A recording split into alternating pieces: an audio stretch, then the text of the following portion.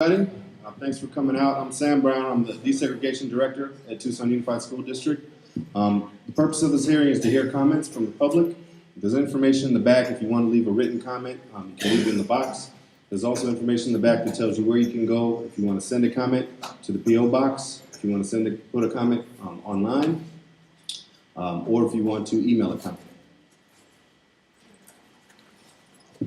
Buenas noches a todos, soy Verónica Bustamante, vengo del Departamento de Interpretación del Distrito del Tucson Unido. Si alguien necesita los servicios, por favor, de traducción en español o interpretación, por favor, en la parte de atrás, las últimas 3 hileras, vamos a estar dando el servicio. Gracias. And again, I just want to thank everybody for coming out and just briefly go over what's going to happen. This is part of the public comment period where people have been leaving comments through different methods. Yesterday, today, and tomorrow is the opportunity for the public to come out and leave their comments. Again, if you don't feel comfortable speaking tonight, you can always leave a comment in the box or online. And we have the Department of Justice Community Relations Service here today to help facilitate these meetings, along with the parties in this case and the special master. So I'd like to introduce you to Ron Wakabayashi, Regional Director for the Community Relations Service.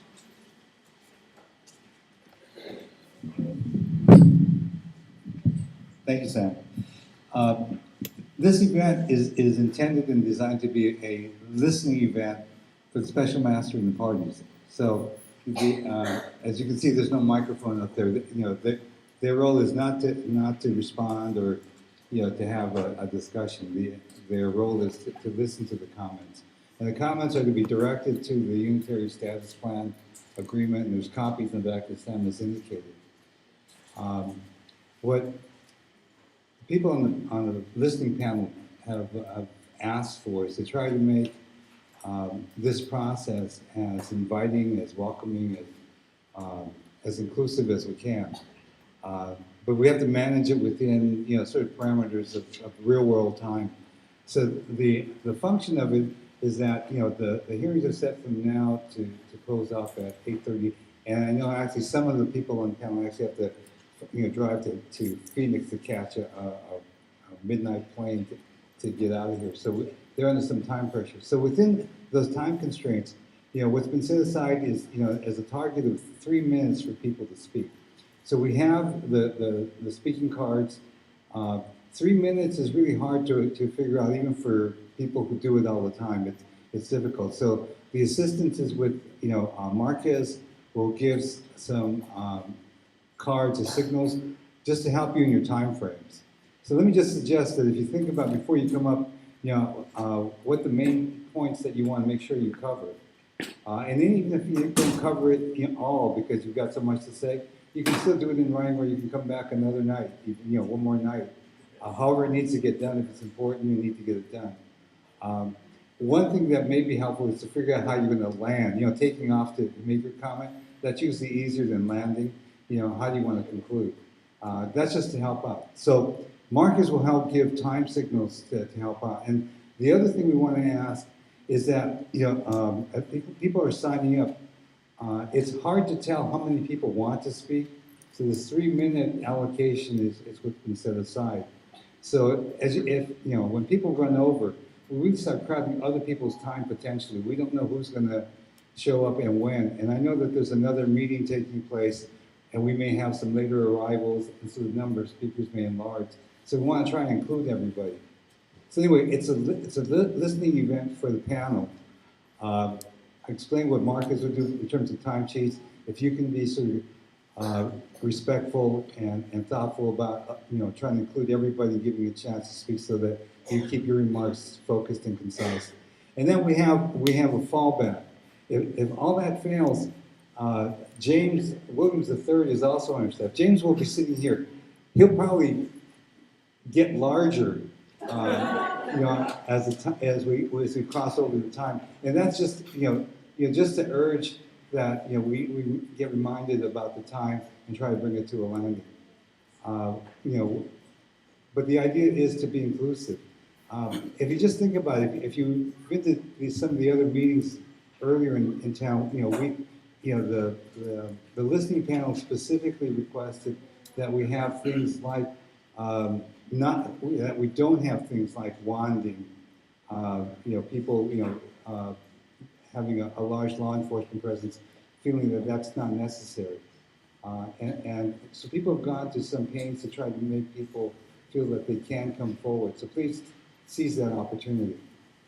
The last thing I want to do is just have the panel introduce themselves, and then, so yeah, you know who you're talking to and what the roles are, and then we'll get started. And James, if you don't have a card to speak, you can get it back from Vanessa. My name is Bill Hawley. I'm the special master in this case. I'm Lois Thompson, and I'm one of the lawyers representing the Mendoza plaintiffs. Nancy Ramirez with MALDEF representing Mendoza plaintiffs. Anarima Bargava with the Department of Justice. Zoe Savitsky, also with the Department of Justice. Heather Gaines with Deacon C.D. McDonald representing the district. Ruben Salter Jr., I'm the only attorney representing the Fishers. I don't need anybody else.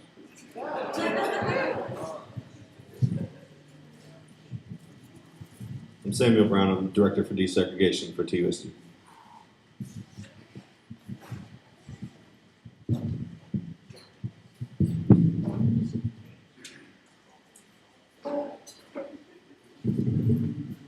We're going to be calling the speakers up 3 at a time. We have chairs set aside for you on the front row, so when I call your names, be able to aid in the flow of the movement so that everyone has the maximal use of their time. So as I call your name, you could please come forward. Appreciate it. Terry Higuera, Jessica Mejia, and Mike Wilson.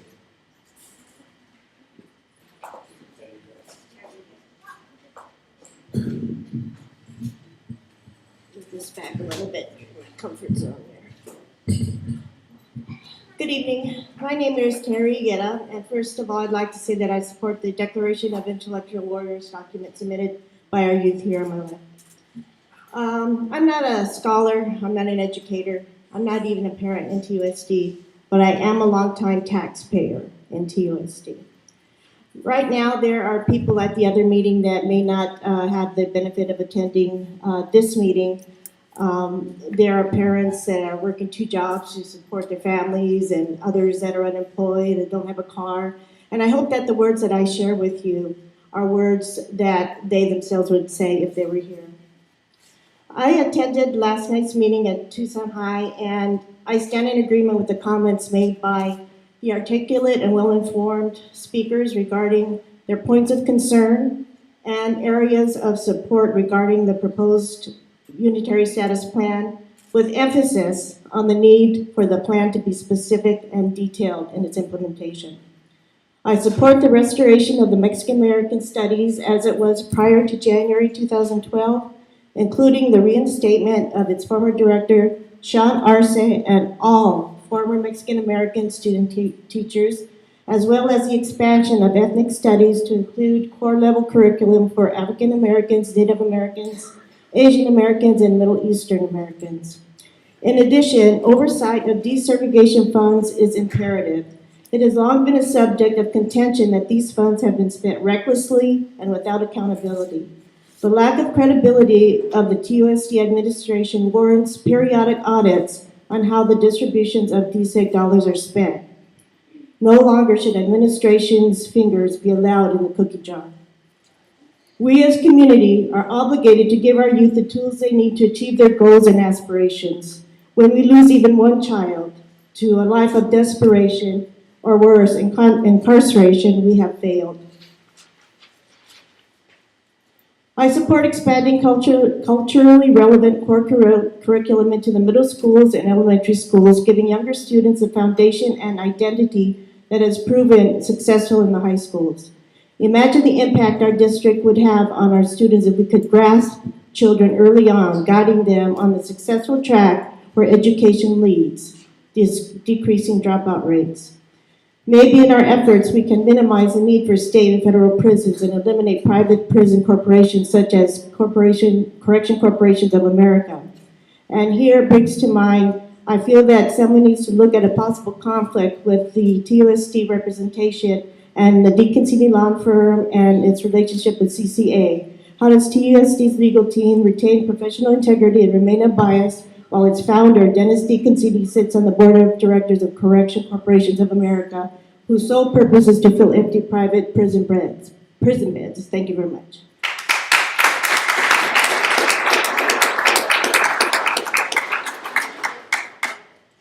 Hi, I'm Jessica Mejia and I work at Pueblo High School. I'm going to talk about transportation, the general provisions in Section 3. It states that there should be school buses provided for students, or public transportation vouchers, which is appropriate. I'm worried about students getting those public transportation vouchers. At my high school, some of our school buses were taken. We lost a couple of our school buses, and so the students were given public transportation vouchers. From my neighborhood to Pueblo, it's about 3 miles, and those students living in my neighborhood didn't get a school bus.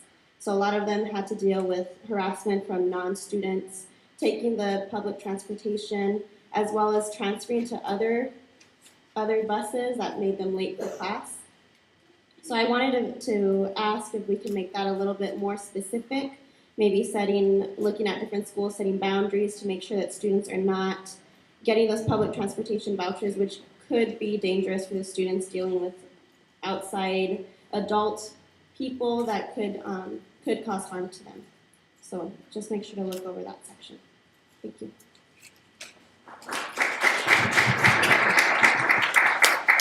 I'd like to call forward Brad Robinson, Eddie Contreras, and Diana King-Fisher. Good evening, all. My name is Michael Wilson, and I am a member of the O'odham Nation, a local tribe. Welcome again to this land. I would like to very briefly continue the conversation that I started last night, specifically the demonstrated underperformance of Native American students within TUSD on the standardized state testing, AIMS testing. For the last 3 school years, Native American students have performed abysmally, and I take that as an O'odham tribal member as a failure of TUSD to educate our youth, our Native American youth. I also speak in defense of the the Mexican American Studies program, because I see the elimination of the MAS as a harbinger of things to come. Because once this elimination of programs begin, it doesn't end there. With the extermination of the Mexican American Studies program, who is next? Marginalized people of color are next. I foresee the Native American Studies program being exterminated next. The Mexican American Studies program was the beginning, not the end. Elimination of one program is the genesis of the extermination of all ethnic studies programs. It is the genesis, it is the beginning, and not the end unto itself. And why would I use such emotionally charged terms as ethnic cleansing? I use this term very cautiously, but deliberately, because others, in this case the Arizona legislature, has decided that people of color, like me, we have no history. As a ahistorical people, we are a people without a past, present, or future. Such a people are victims of revisionist histories that demand sanitized, Eurocentric, whitewashed histories. This process of extermination creates a historical vacuum that is filled by the extremist. Thank you.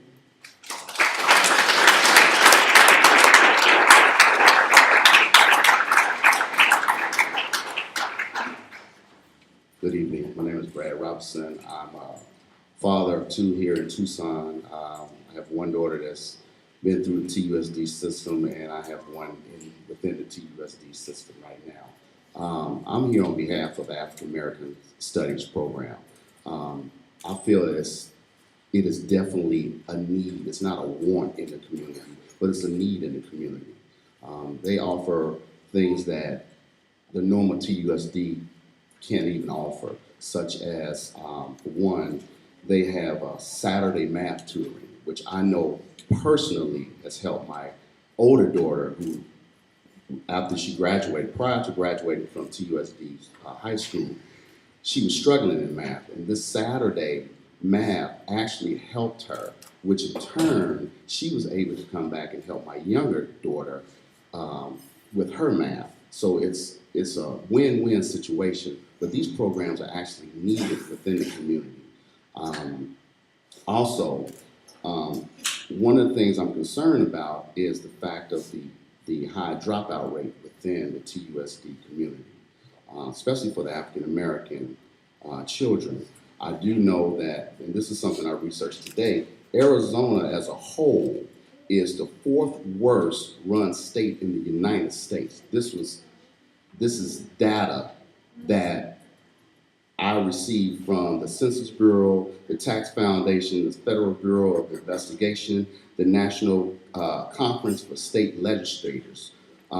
With that being the 4th worst in the United States, with a 9% below poverty level and a 5% dropout rate, if you have something like this going on, it's only going to affect the schools, which is going to affect the children. So taking programs away from the children that's going to help them is going to actually put Arizona as the #1 worst ran state,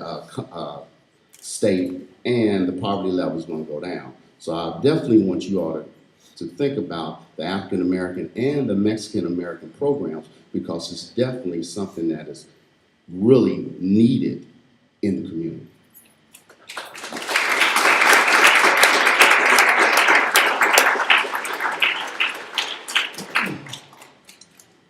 Good evening. I am Eddie Contreras, a co-plaintiff of the Mendoza case in TUSD. My involvement and interest in TUSD is focused on the 51,550 students who attend the district, and specifically the 32,181 Latino students who the Mendoza party represents. As a very involved parent, all of my children attended TUSD schools, and my desires remain the same for my grandchildren as they were for my children: equality and quality in education within TUSD schools. Together, my wife and I have an extended family of over 230 members, of whom are school-age children attending TUSD schools. Fundamentally, these are the reasons I became co-plaintiff with Maria Mendoza in the desegregation case. The 1978 stipulation of settlement did not result in adequate and specific TUSD actions and outcomes in order to accomplish unitary status. Desegregation funding lacked transparency and accountability, and the monitoring body, which was stipulated by the court in 1978, was largely ignored by TUSD. But today is a new day. The proposed unitary status plan provides specific actions within each area outlined, as well as timelines. Clearly, the plan sets out to integrate the magnet schools as well as other schools in a voluntary and supportive manner. It has both internal and external monitoring components and calls for a transparent process in utilization of desegregation OCR funding. I offer the following recommendations and comments relative to the proposed plan. I believe the student assignment component of the plan should be more aggressive, perhaps reflective of the ABC plan in the post-unitary plan, which was never implemented. I very much support the monitoring elements and accountability of the desegregation OCR dollars. There should, however, be more community involvement. I wholeheartedly support the restoration of the core literature and social studies courses which provide the cultural and historical perspective of the Mexican American experience. I recommend that these courses be restored at the same level of offerings at each of the high schools in which they were offered prior to the January 10, 2012 suspension. And I am glad to see the expansion of all these courses in all the remaining high schools, and a plan to expand courses and curriculum to the middle school and elementary level. In spite of the numerous independent studies that undeniably and conclusively advocate positive student achievement, I see with great dismay that TUSD has filed an objection to the restoration of these courses. It is with great hope, Dr. Hawley, that you will disregard their opposition, since it reflects total disregard for the students and for the community. TUSD is apparently not in tune with the community they serve. It is my recommendation that the special master assemble community members to assist him in the oversight of the desegregation plan at all levels. Dr. Hawley, please engage our community in the oversight of our schools, our processes, our tax dollars, and desegregation plan. Thank you.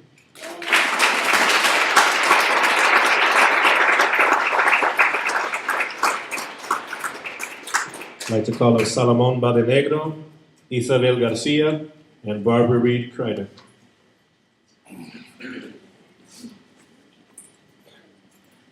Hi, everyone. My name is Diana Kingfisher, and my son CJ is an 8th grade student at Mansfield Middle School. And when CJ was in Brickta Elementary, he would come home and he was talking about Mr. Brown. Mr. Brown helped him with this, Mr. Brown helped him with reading, Mr. Brown came into his classroom, Mr. Brown checked to see how he was doing. Well, when I retired and was able to volunteer at Brickta, I met Mr. Brown, and he is Eric Brown, and he is with the African American Student Services. He's an academic mentor specialist. And along with CJ's dad and I, he has become part of our team and has meant a great deal to us. He's given CJ academic instruction support. He's taken him on field trips. He's mentored him. He's worked with him one-on-one reading. And we can always call Eric if we've got something for concern. CJ's a teenager and he doesn't like to talk to his parents all the time, but he will talk to Eric. And so sometimes we communicate through Eric, and he's really become a part of our team. Last year, Eric had a female counterpart at Mansfield that had a group for, they had a club for the girls, for Black African American girls. And this year he doesn't have that person. I don't know what happened. And I know that recruitment of qualified student or people for these is hard. And I was encouraged to see in the plan that by April that they were going to develop and implement a plan for recruitment for more Black or African American student studies help people, and I appreciate that. Also, I'd like to say that I appreciate that the African American Studies group here at TUSD, they sponsored the Parent University at Catalina High School on November 3rd, which was an excellent presentation. They had workshops and college information, high school information, and again, also the Saturday math tutoring at Naylor Junior High is a big help. Anyway, I just hope that Eric gets some help with at Mansfield, and I want you to let you know that we appreciate him and the help that he's given to our family and our students. Thank you.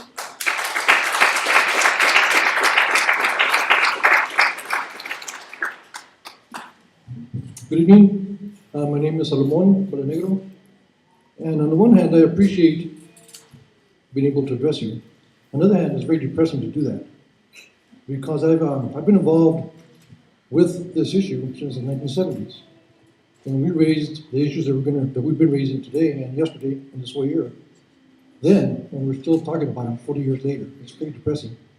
I'm very vested in this district. I went to school there. My entire family went to school there. My sons went to school at TUSD. My granddaughter goes there. I've been a PTA officer.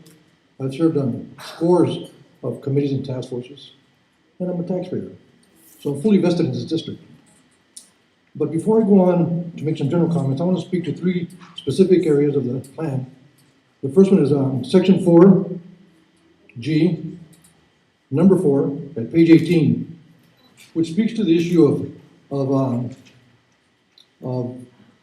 administrators who were laid off or RIFed, reduction in force, and speaks to the issue of their having first dibs on those positions should they open up again.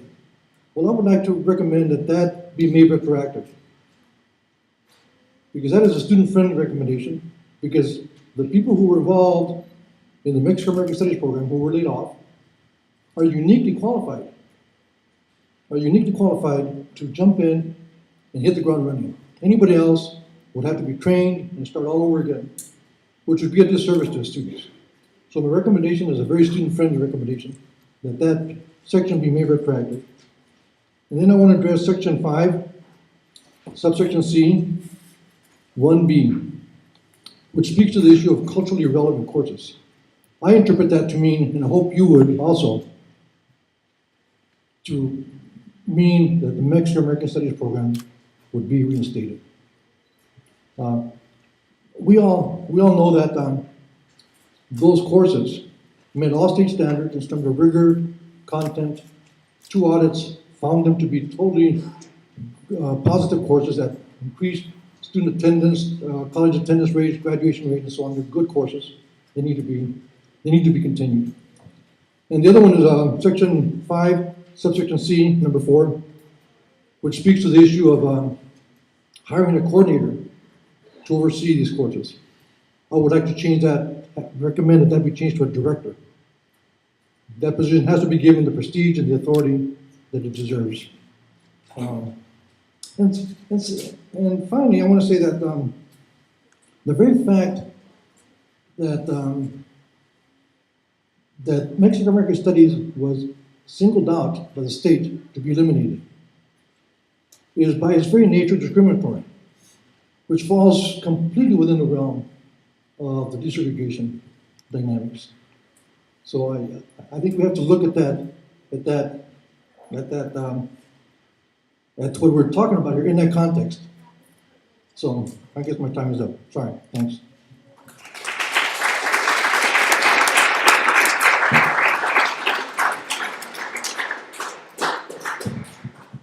Good evening. My name is Isabel Garcia. I am. We have 6 generations here. My mom lives just down the block. All my kids have graduated from the TUSD schools, as have I. And I really want to thank those of you that I have met before, Special Master Holly, the attorneys for the Mendoza plaintiffs, Silvia Campoy, and really our community that has been really engaged, that you have come to us as well. I'm hoping that the Indigenous American communities, the African American communities are doing what we're doing in this community. I'm really thankful for this plan. I think it really vindicates our reality and our demands. And I want to submit some written comments by tomorrow.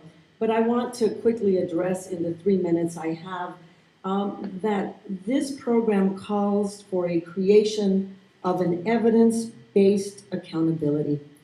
And I love that. I think it's absolutely critical because this district has developed a program that by all evidence was the most successful in what did you say?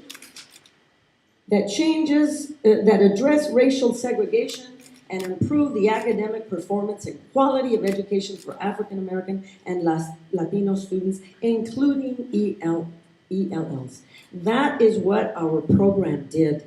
And I'm really thankful that this is in here because Judge Berry will look at what is produced here. What is the evidence? The evidence is that MAS was the most successful program in TUSD history to prevent dropouts, to increase Ames testing, to increase graduation, to increase college enrollment, to increase college success.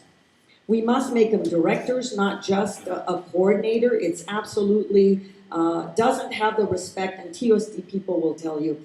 Bilingual education, hello, that should be part of the program. Evidence-based will show you that's important. ELL should not be segregated. Evidence-based will tell you that. Community participation must be key in monitoring this particular program. As you can imagine, we don't have the trust in TUSD. Not only historically, but recently, Petticone, some of the board members, and the administration have circumvented ethical and reasonable processes. I was involved in a principal selection. We spent the whole day, and then they didn't select the person that we wanted for Pueblo High School. The board agreed that TUSD did not violate 2281, and yet what did they all do? Petticone himself, Stegeman, and the board members circumvented all of this and said, and did other things, and the rest will have to be in written comments. Thank you very much.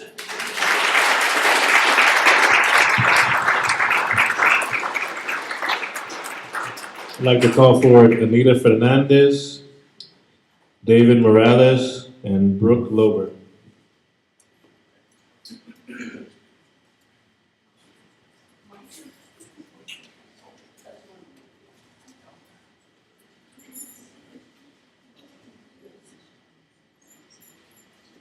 Good evening, my name is Barbara Kreider, and first of all, like some of you I've talked to before, I taught in the district years ago. My children attended district schools, and I got involved in this in 1978 as a 2-year commitment. And here I am 35 years later. And last night I wanted to talk a little bit about the information for GATE and University High, and I ran out of time. And today I looked at it more, and I ended up in the weeds of all the data and stuff, and there were a lot of pieces of data that I didn't recognize. Something like there's 60% Latino students at University High this past year. That's an interesting statistic. That's wrong. Okay, I read something wrong, and so. What I ended up with today is saying, I think I need a tutorial, saying to myself, in how to read some of this, because it is significantly different than some things I have read in the past. At any rate, let me continue with what I was talking about last night a little bit. The whole country, I think, needs to work on assessing or identifying, or however you want to define it, giftedness or talent. Educators, maybe I've missed something the last few years, but you know, statistically, in any group, there are gifted people. Statistically, in any group of children, there are gifted children, but we don't get them identified, and we don't get them, oh Lord, we don't get them services that they need. Too often, children who are of color, English language learners, people who don't fit the exact mold end up, especially in TUSD, being funneled into special education classes. University High is a special problem. I just ended up with questions. When was University High as an entity submitted to the court for approval? It's a new school that was set up in the 80s. I don't know. I haven't seen any documents to that effect. In the consent order appendices, where is the separation of data regarding students attending who are not not TUSD students?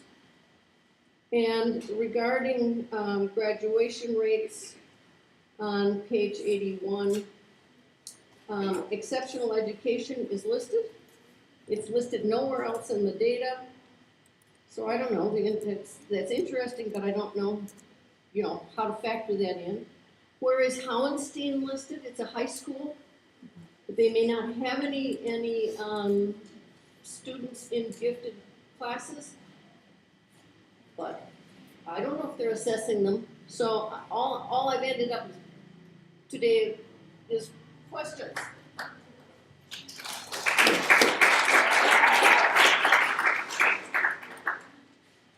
Hello, I'm Fernandez. I'm an education professor from Prescott College. I'm also a parent of 2 school-age children. Thank you for providing this time for community input. And I do want to mention that TUSD has scheduled a special, I know you don't know this, but just want to have it on the record. There's a special meeting tonight regarding school closures, and so a lot of folks are feeling torn about where they can be, and I think it's important to note that. I'd like to specifically comment on and make recommendations on 3 pieces within the Unitary Status Plan. My first comment is a request to end the 4-hour English immersion block and reinstate bilingual education for our ELL students. Bilingual education has proven to be a more effective and culturally relevant way for students to acquire a second language while not losing their native language and holding on to their culture and roots. Secondly, the plan specifically recommends a culturally responsive pedagogy and instruction coordinator. And as you've heard earlier, I too recommend that this position be changed to a director position rather than a coordinator. Lastly, and most importantly, and what the crux of my comments are on, is that Mexican American Studies needs to be reinstated, expanded, and supported. MAS classes, along with African American and Native American classes, should be core classes, not elective classes. This community has endured a district that treats Latino students and students of color in general as unwelcome foreigners. This district has allowed inexcusable treatment of students of color, has segregated ELL students, and has banned beloved and acclaimed literature that represents the histories and the stories of these students' families, their tios and nanas, their brothers and sisters. Those stories literally locked up in front of the students and removed. This district has demanded that MAS teachers not only stop using the literature, but steer away from topics such as race and oppression. Teaching these topics are actually required by the state in order to meet state standards, especially in social studies. Why is it that when we have direct evidence, both qualitative and quantitative, demonstrating a direct correlation between an educational program and Latino student success, that we don't see this program mentioned in the plan? Culturally responsive teaching is mentioned, which is wonderful and encouraging. And the formation of K-12 down the road is very hopeful. Yet the program that already exists, along with the data that proves the program is successful, and the experts who built and taught and made this program what it is, many of whom are in this room right now, are not named in the plan. The entire nation recognizes the impressive results of MAS. Yet TUSD sticks its head in the sand and denies this success and bans the program. And the Unitary Status Plan does not mention this program by name. These contradictions are what support TUSD's history of racism and segregation, and I urge you, Dr. Hawley, to boldly name Mexican American Studies as the flagship example of what this district needs regarding culturally responsive teaching, because in the field of education, we know that it is. And to not name it as such is falling drastically short of what could be a viable solution to TUSD's disgraceful treatment of our children and of this community. Thank you.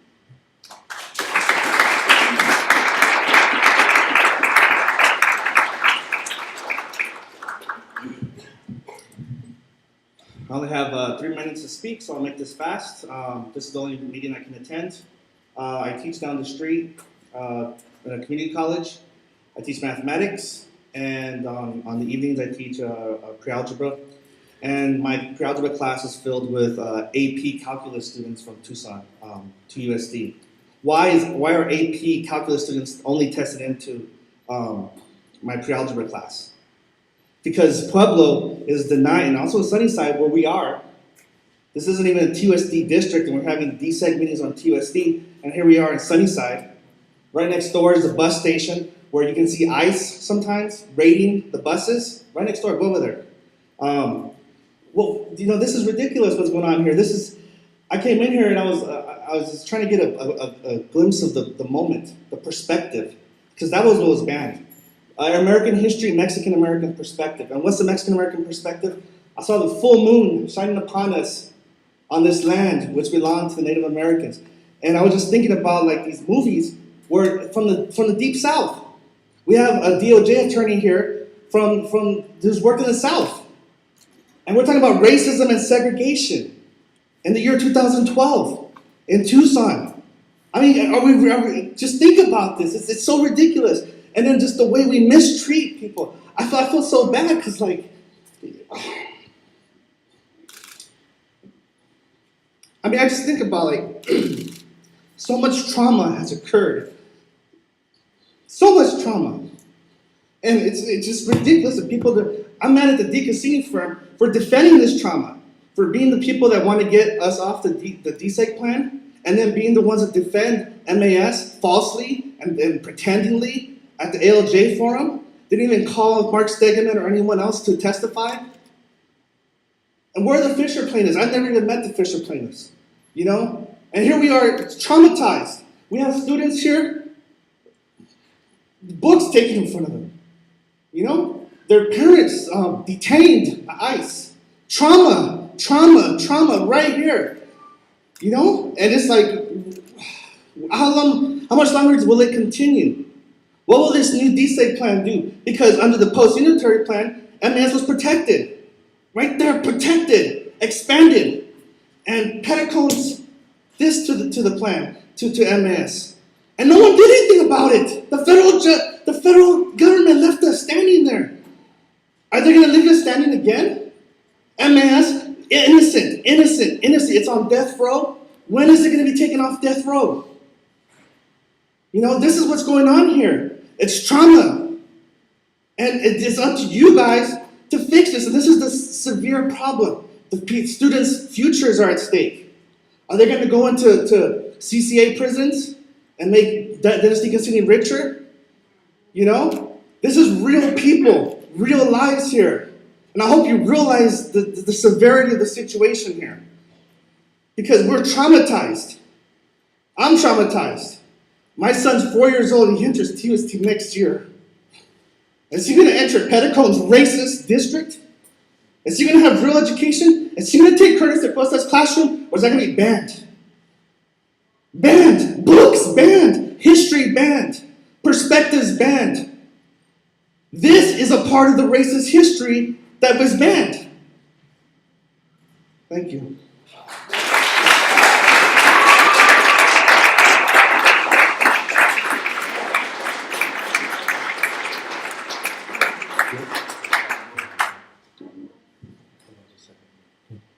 I'd like to call for Beryl Baker, Sally Russ, and Andres Burola.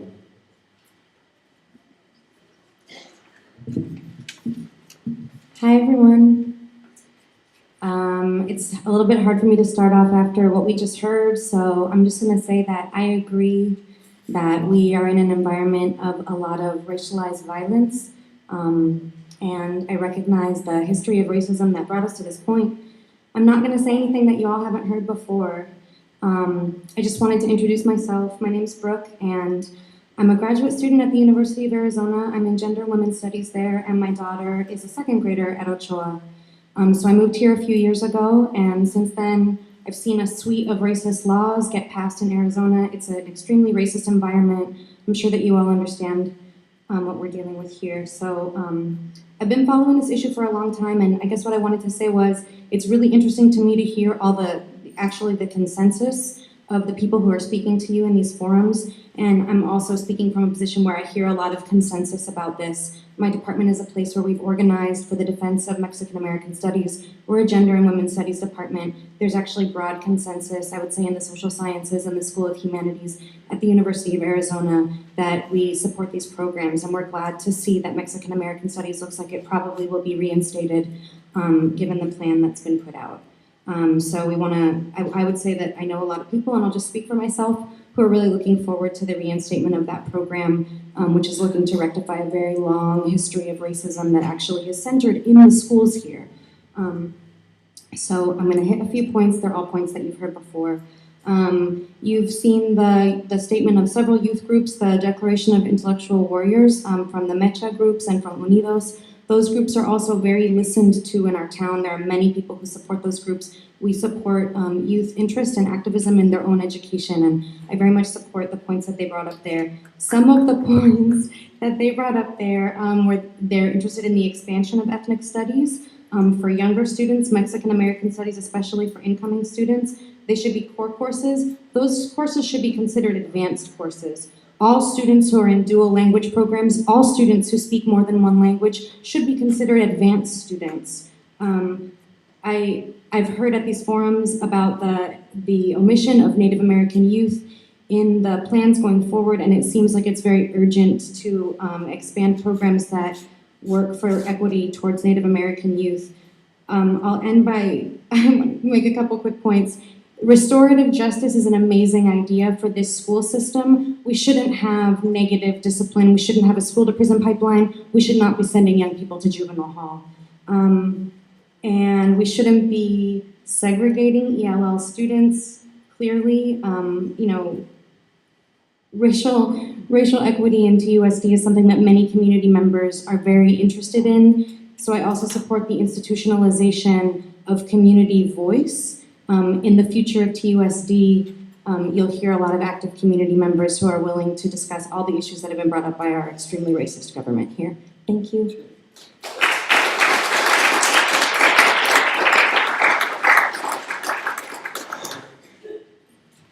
Hi. I'm an alumni of Menlo Park, Ross Scrooge, and Tucson High. And I'd like to make a comment. 50 years ago, as a minority, I was discriminated. I experienced discrimination, prejudice in those schools by our fellow students who were Hispanic. Statistically, in TUSD, Hispanics now outnumber Anglos over 2 to 1, and way more than half of the total students in TUSD. There's like over 32,000 Hispanics in TUSD, and there's about 19,000, all the others combined. So why after 30 years are we still talking about Hispanics being in the minority? Statistically, nationwide, Hispanics are rapidly becoming a majority, and in the TUSD public schools, Hispanics and Pima County are the majority. It was the fruit of hope that over 50 years taught to us through our schooling and the civil rights about the melting pot of America and the goals toward tolerance of all toward all, that by now we would be viewing all people, regardless of racial background, as just another American. Instead, over the years, we've perpetrated through our actions, education, laws, policies, even our religions, the animal instincts of they're not one of us. If they're not one of us, they're one of them. And in the process, we have taught hate, dominancy, prosecution, discrimination, and a negative list goes on. Not the equality that Martin Luther King envisioned. This plan does not allow does not address these because it focuses on Hispanics who are in the majority and blacks who are in the majority overall, over any of the other minority groups of the ethnic background. Over the years, Hispanic youth have also been taught and affirmed they are the ones over the other groups. Witness Spanish being spoken in airports. You have to speak Spanish to get a job. In some businesses, if one does not speak Spanish, one is treated as a second-class citizen. What about all the other dialects from hundreds of different countries? PTAs, neighborhood community leaders, and other neighborhood meetings conducted primarily in Spanish. How is this assimilating the people as Americans? I'm all for diversity. It makes interesting.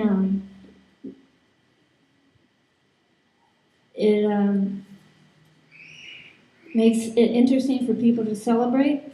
But if people cannot speak a common language, do not have some of the traditions in common, and are only pointed out the differences, it makes it difficult for people to live in harmony with each other. It appears that this plan, that like the TUSD desegregation efforts have driven people to enroll their children in charter school, leading to fewer students and the proposed closing of students whose majority of students are Hispanic. So why do we continue to talk about, I understand that, sir. So why do we continue to talk about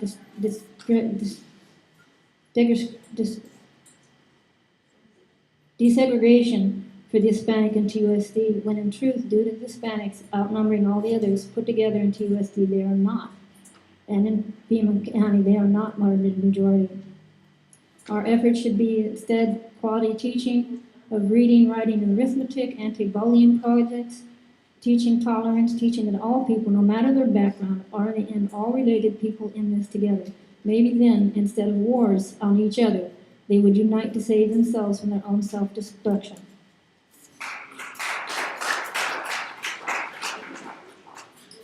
Hi, my name is Sally Rusk, and I'm a teacher at Pueblo High School. I'm a former Mexican American Studies teacher and a product of TUSD schools. My mother also was a teacher, librarian, and I want to support publicly. Thank you for having this period where we can comment publicly and on the internet. I want to support the Declaration of the Intellectual Warriors. Everything that they have come out with, I strongly support, as does the community that I'm a part of at Pueblo High School. I do have also some concerns I'd like to highlight. I really support including dual language programs as part of the advanced learning experience classes, and hope that you will address, and I think you've heard a lot about this, but the continued segregation of English language learners. I see at Pueblo the impact and how students feel marginalized and struggle to get enough credits to graduate. I also want to see the reinstatement of the former Mexican American Studies Department with the director rather than a coordinator, and for Sean Arce to be brought into that position because of his expertise and experience.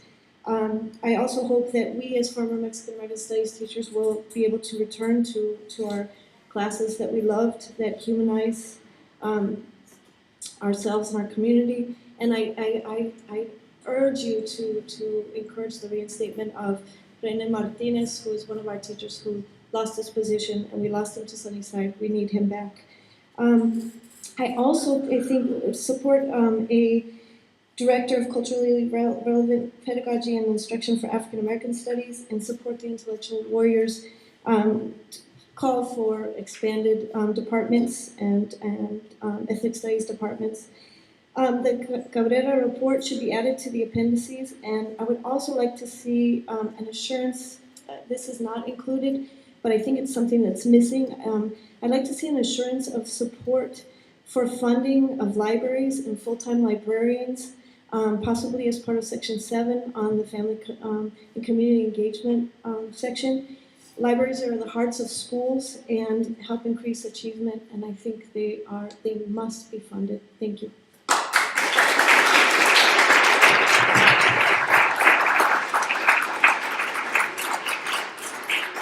I'd like to call forward Ray Siqueiros, Flor Boreal, and Jose Gonzalez.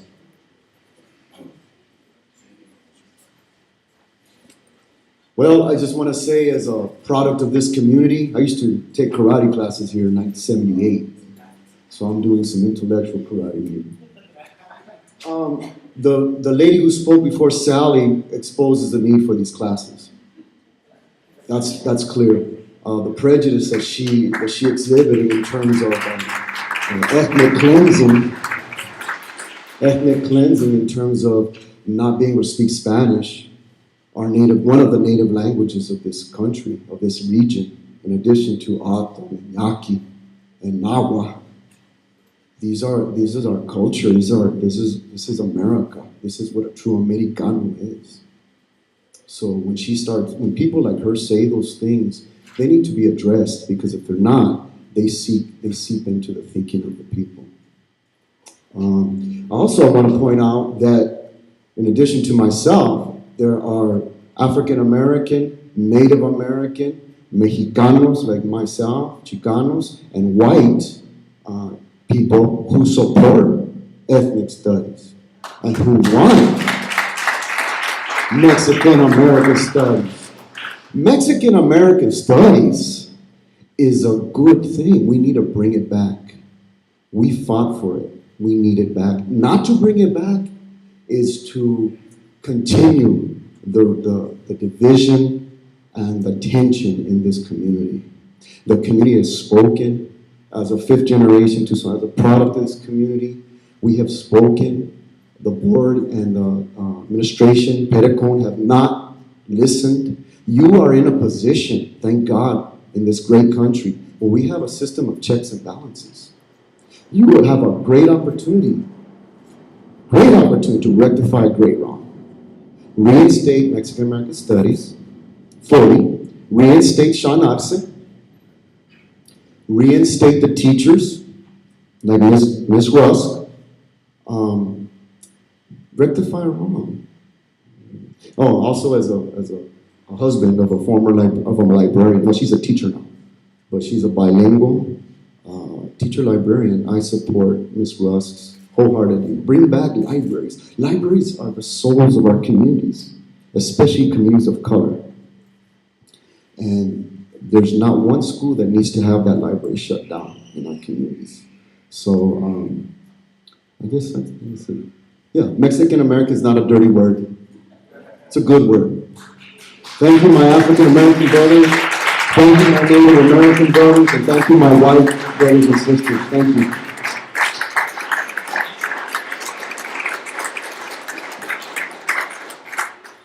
Good evening. Thank you, distinguished panel. My name is Andres Barola. I'm a parent, TUSD employee, and a community member. I want to frame my comments from that perspective as a parent, TUSD employee, and community member. My specific comments will address Section 3, Transportation, A, General Problems, paragraphs 1 and 2, and Section 8, Extracurricular Activities, paragraph 4. When I leave here, I'm going to go pick up my daughter, who's in a JTED program. JTED standing for Joint Technical Education District. A lot of partnerships, tremendous partnerships that TUSD has with other districts. As a parent, I see the value. If my daughter was taking this internship outside, she would be paying $15,000 through Pima Community College, but she sees the value as a junior in high school right now. And I'm willing to drive 15, 20 miles to go pick her up off of Shannon and River, because that's my commitment as a parent. And it gives her the ability to see why she's taking math and science every day and struggling through those classes and say, you know what, I need these classes because I can see what it could get me through nursing or going into medicine. When I go pick her up, I'm going to go and also help out a friend of hers that's also taking the program who doesn't have the means to be always going there. You know, sometimes his attendance is spotty because he doesn't have the transportation to get him to this great course. And as an employee of the district, I work with high-risk kids. I can tell you for a fact that if these kids are able to get in programs like JTED offers and into the fire profession, culinary, nursing, they can see why it's essential to go to that core class in math and science and language arts and put out and make the sacrifices. But if they can't even get the transportation needed to go to these great programs, what good is it to have them? So, as a community member, I think we need to make an investment so that our kids, I might be needing that kid who goes into nursing who's going to help me if I get in an accident. Did we talk about the future? A small thing. Each, you know, TUSD is 50,000 students. We have a lot of power. We need an advocate to work with these districts like JTED to advocate, hey, why not put a more centralized location instead of going to Shannon River, which they call central. It's not central to our kids. We need to have an advocate in this plan to negotiate transportation, to see which of our kids as bargaining units we can say, look, we're sending you 2,000 kids. Who's advocating for us? So look at that issue, please, transportation in those two sections. Thank you.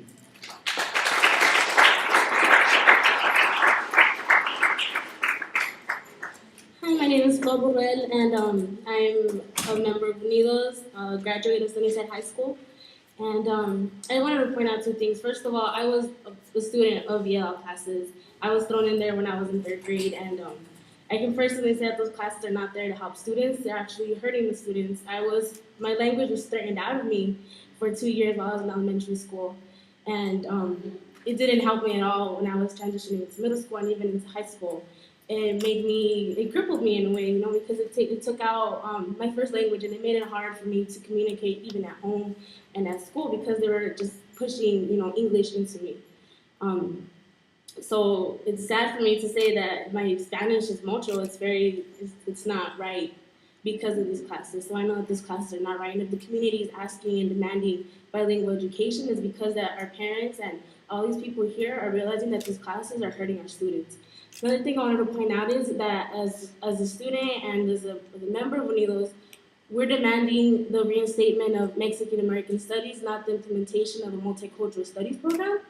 I was a product of Mexican American Studies, not multicultural program studies. So for people to use our rhetoric and say we're going to bring in this program and have the same curriculum but a different name to it, it's completely different. The name is very important to us because we're alumni of Mexican American Studies. So the name is a big deal to us, and I just wanted to point that out, that we're not asking for the implementation of a new program. We're demanding the reinstatement of our classes back. And that's just it. I just wanted to let y'all know that. And thank you for taking in consideration for our comments. TUSD board hasn't really cared about the students' voices or any of the community's voices, really. There's been just this absolute abuse of the community, and it's good that y'all have this kind of spaces for us to come and talk, and I really hope that you're considering our comments.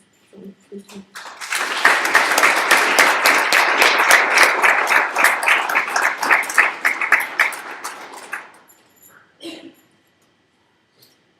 Jose Gonzalez.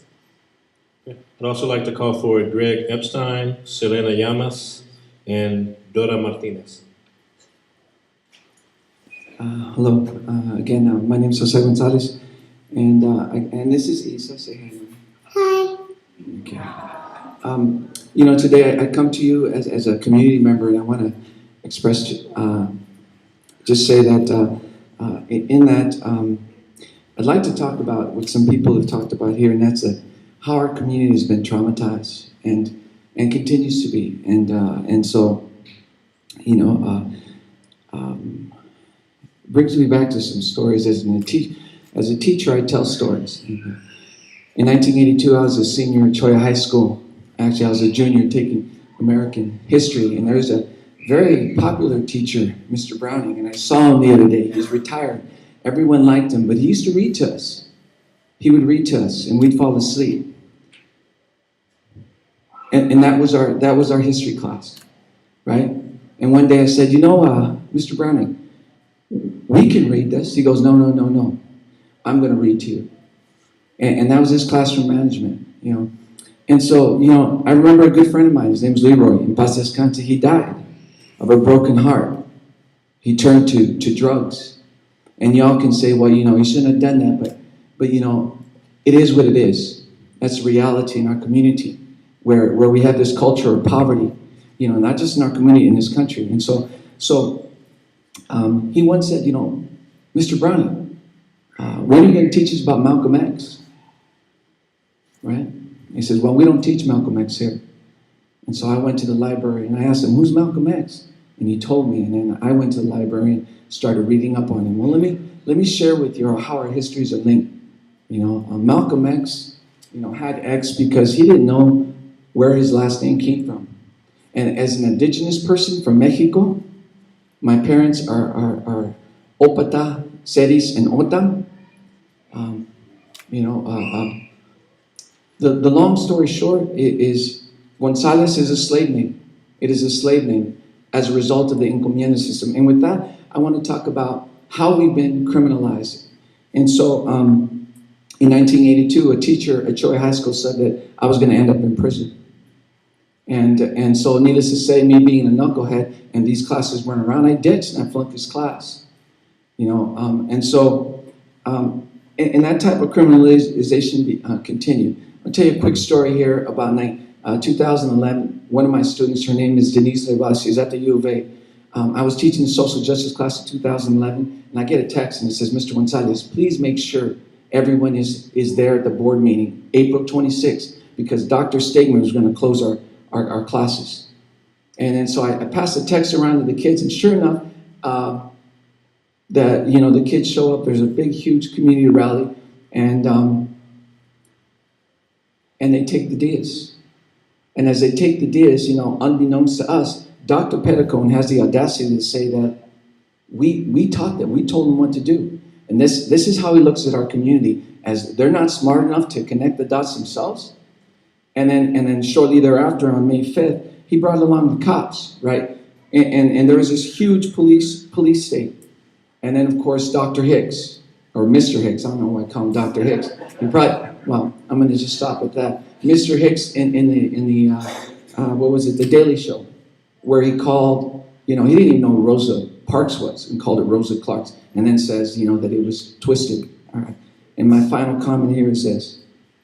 Again, what everyone laughed about that, but what he was trying to describe was our community and how you don't see, African American, you didn't see Rosa Parks get guns and take over the bus. That's how Dr. Petticone, that is how Mr. Hicks, Dr. Stegman, this is how they see our community. Please change the wording.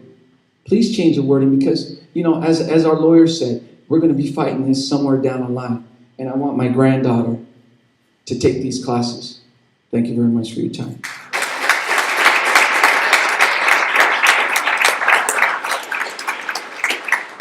Hello, my name is Greg Epstein. Went to TUSD back in the day. And I just wanted to make a couple points about the context of all this and then share a personal story. First, I don't know how much you've gotten to know our communities here in Tucson, but we live in an extremely segregated society. Where I work, they just hired their first Spanish speaker because they were turning customers away left and right.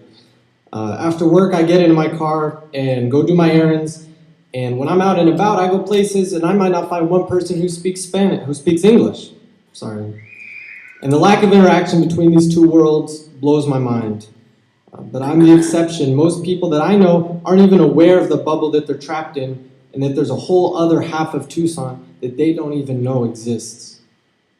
Also, I want to say it's not just the stark separation of these cultures, but you won't be surprised to know which of these worlds has the money and which are constantly being monitored by the police and demonized in the media. And I just wanted to bring all this up because this is the world that I live in and that we all grew up in. And when school gets out, this is the world that we step into here in Tucson. And this world teaches young Mexican Americans and indigenous youth to be embarrassed, to be ashamed, that they aren't worth as much, and that they don't belong, and that there's something wrong with them. And at the same time, it teaches white students like myself that everyone is being treated equal. Because of this, I believe the Mexican American Studies, or whatever takes its place, doesn't just need to provide balance within our schools, but needs to be an active vehicle to fight against this narrative that is ever present all around us every day in Tucson. On an even more personal note, and I know I don't have a lot of time, and I don't know if I can even put this into words, but the Mexican American Studies program, the specific teachers involved, and the community that they helped create and came from changed people's lives. And it changed people. And these are real people in real lives. And I'm not very religious, but I'd even say that they saved people. I'm sure that dozens or rather hundreds of students have been transformed by MAS, but there's one individual in particular that I witnessed firsthand. And this individual's transformation into self-awareness, into empowerment, into a full and deserving human being, it was the most powerful thing that I've ever seen. You can look at the Cabrera report and you can see obviously that the Mexican American Studies program is successful, but that doesn't even begin to scratch the surface on how powerful and how transformative this program was and how much it means. I was personally touched by the Mexican American Studies program. I feel confused by the attacks that dismantled it, and I feel traumatized by the entire struggle. And I'm white, and I've never even taken the Mexican American Studies program, any of the classes. I can't imagine the feelings of the faculty members who've been told that what they taught is wrong, the high school alumni here who have seen the most valued part of their entire academic career, perhaps their lives, banned, And the students in high school now that have to sit in bullshit classes all day and may never come to realize their worth. I know I'm kind of rambling, but I just want you to understand the uniqueness and the power of what was created, and that its value and its realness came from an authenticity that grew out of individuals in our community, like Mr. Gonzalez, who I've never known as a teacher in the classroom, but who I've met as a member of the community. I just hope you understand this, and I really hope that you're doing everything you can to help us, because we need your help. Thank you.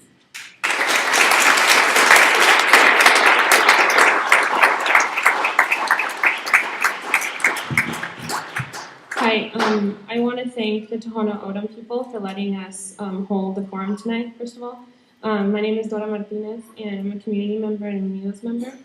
I helped draft the the Declaration of Intellectual Warriors, and obviously I stand by it and I support it. As we were discussing our demands and brainstorming what we wanted the draft to kind of look like, Isa, a senior from Tucson High and a crucial contributor to the Declaration of Intellectual Warriors, she shared with all of us a quite horrific fact that takes place every day in the building that you guys were all in yesterday at Tucson High last night. As a punishment for being tardy or late for classes, Tucson High finds it appropriate to make students push around trash cans while wearing orange vests during lunch. I personally am horrified by these dehumanizing acts that take place while their fellow schoolmates watch them during their lunchtime. If you look at Appendix 1, the first part of the discipline data that you guys all put together for us, my gente are being overrepresented, with whites making up 19%, African American students making 9%, Native Americans making 4%, and Latinos coming in at 63%. I demand that students not be pulled from the classrooms when they're being disciplined and miss out on important education and fall behind compared to our white counterparts. I also demand that these cruel and horrendous ways of punishment be stopped and in place more restorative justice. Thank you. Yes.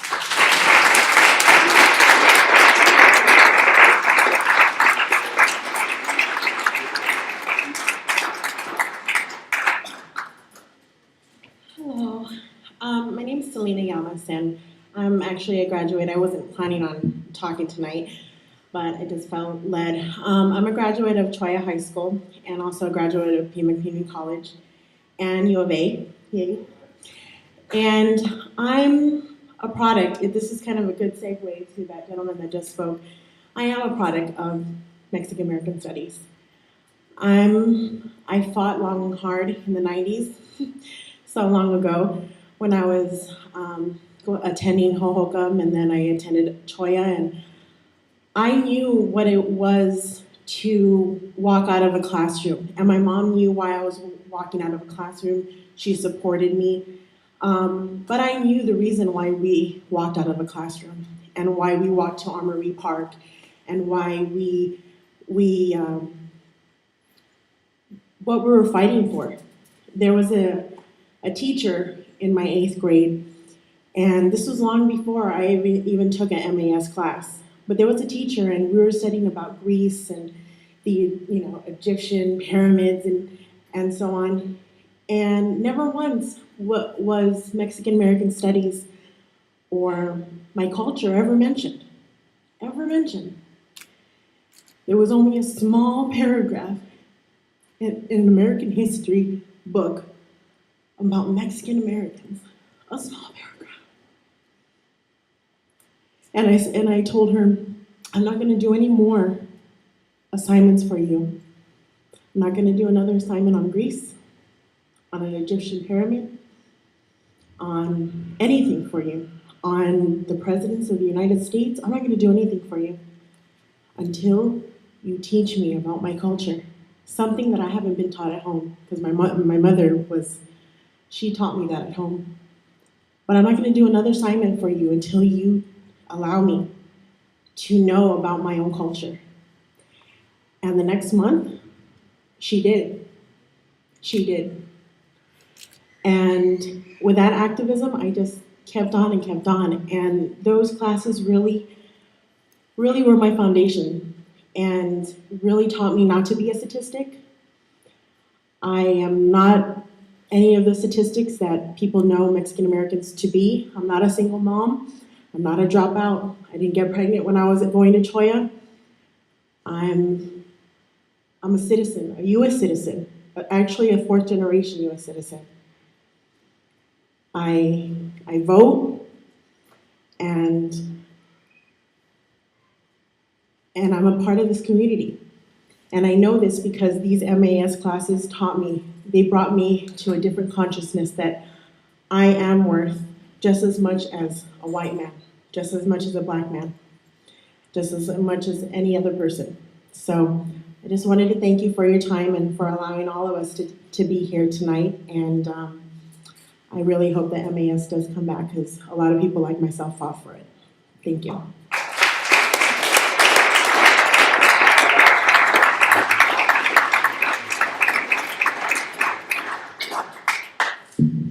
Let me just do one last check. Are there any other people who still want to speak? That was our last speaker card. All right. Then, at this point, that concludes the listening forum. I want to thank you. Like, one of the things that's got to be appreciated for people who facilitate this, we don't have to do any work. The folks in this community are just quite remarkable in how giving they are to each other. In making the space, both to listen and to share. But I want to thank you. We don't need to be here, except that I hope we can contribute in some way out of our shop. Panel, anything? Okay, tomorrow night you've got another, the last of the forums, same time at Palo Verde High School. Anything else, Dan? Okay, thank you, everybody.